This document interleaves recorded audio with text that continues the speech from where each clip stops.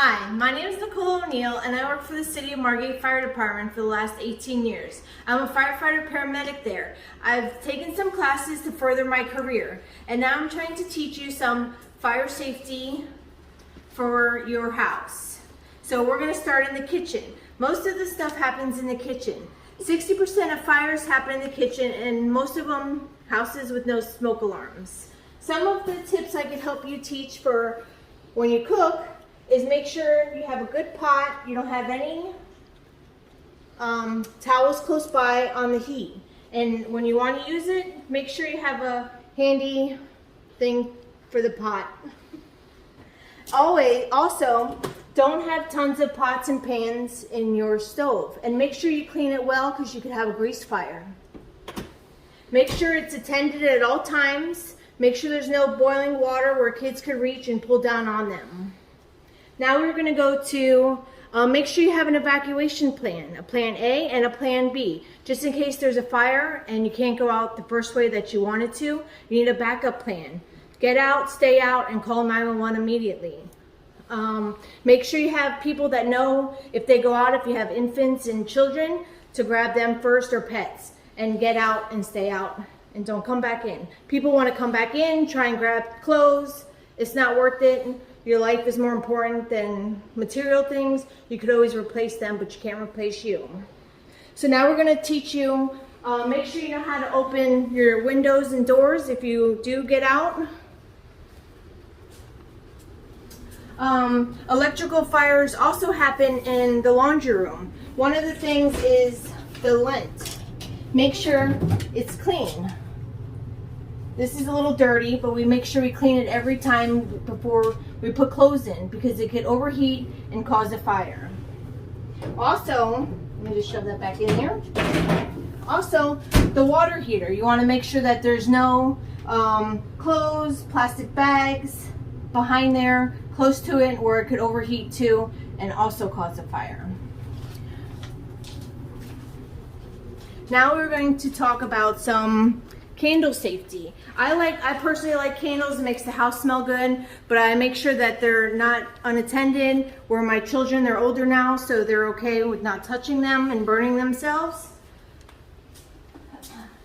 But this is a no-no right here. You do not want to have a candle so close to the curtains. The wind could blow, the air comes on, and then they just blow, and all of a sudden they're all polyester and made of synthetic material, and they just go up in flames, and before you know it, your whole house is filled with smoke. Another important tool to have in your house is smoke detectors. It's great to have one in every bedroom and right outside your bedroom and close to your kitchen.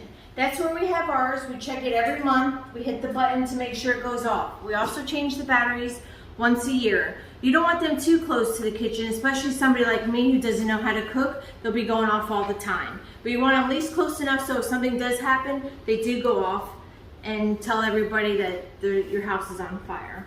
Also, what you don't want to do is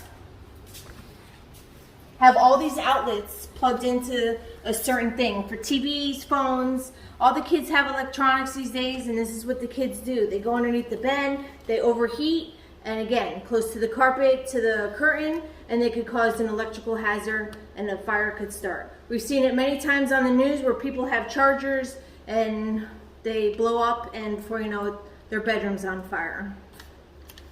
Thank you for listening to my presentation. I hope you take something home from this. I hope you start a fire plan with your family, go over fire safety in your house, and make sure if you go out to places, you know your fire escapes and where you have to meet up.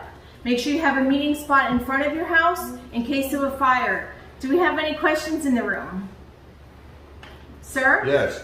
How often do I change the batteries in my smoke detectors? Great question. I change it once a year. So I always do it on my birthday so I remember. My birthday, I need to change the batteries in my smoke detector. Anything else? Anybody? You, yes, you. Why is it important to not have lint in the dryer? That's a great question too. You don't want to have too much lint because then the heat, that's what causes a fire. All that, the sock dust and your underwear dust and dust from all your sheets and everything, it causes lint, and if it gets too hot, it causes a fire. Anybody else? Me, I do. Okay, last question, you in the back, go ahead. Why can't you have so many power cords? Again, we discussed this earlier, great question. It overheats. When it overheats, there's so many, those outlets aren't meant to have so many adapters on one outlet. So if you have so many, it overheats, causes sparks. When it's close to all the stuff in the bedroom, everything nowadays isn't made like it used to be, so things are more flammable. So that's one of the reasons why you do not have all those electrical cords in anywhere in your house. Thank you so much for watching this. I hope you learned something, and be safe out there and take care. Bye.